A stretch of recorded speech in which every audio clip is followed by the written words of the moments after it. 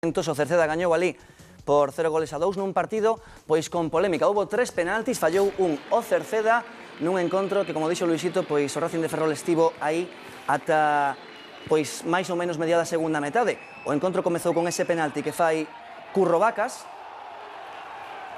Por dicirlo de alguna maneira, non parece. Sí, a verdade que foi moi protestado, parece que Óscar se tiraba aí, o penalti que o transformou Manu Barreiro no minuto 18. Pouco despois chegaba esta acción, esta parece algo máis clara, de Paco a Óscar.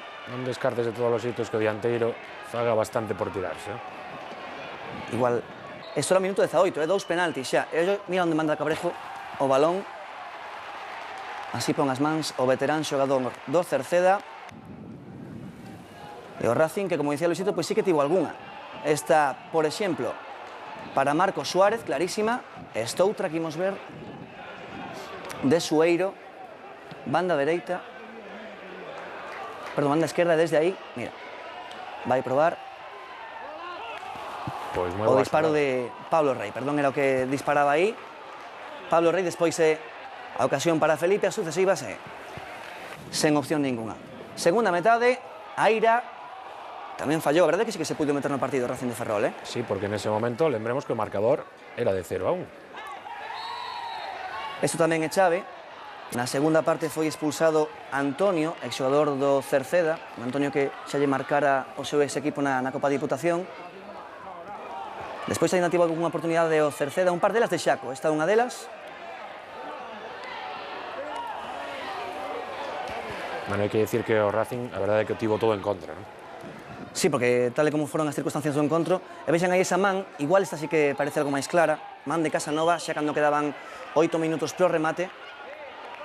O certo é que houbo penalti, tirou o Barreal, tiraron 3 xogadores distintos. Os penaltis neste partido. E o porteiro un pouco máis e se mete no punto de penalti antes de que lanzar. O Cerceda líder en solitario, o Racing que non acaba de arrancar nesta terceira división. A opinión dos adestradores, como podes imaginar, pois ben distintas. Eu creo que a verdade é que non empezamos demasiado ben, pero bueno, creo que a partir do minuto 15 o equipo foi collendo posición e bueno, en líneas xerais eu creo que ao final, ainda que houve aí algunhas xogadas un pouco complicadas, creo que merecimos sacar algo positivo de aquí. Estou contento, creo que o equipo sin dominar tampouco todo o encontro, porque creo que non o dominamos, pero bueno, estamos na casa dun equipo moi forte que estaba no seu público e sabíamos que non iba a poñer moi difícil. Eu xa dixen na previa, ven con a gasolina da temporada pasada, un equipo super conxuntado, pero o noso equipo hasta o minuto 65-70 de partido estuvo metido no partido, o que pasa que a un equipo que che piten 3 penaltis en contra e que te quedes con 10, pois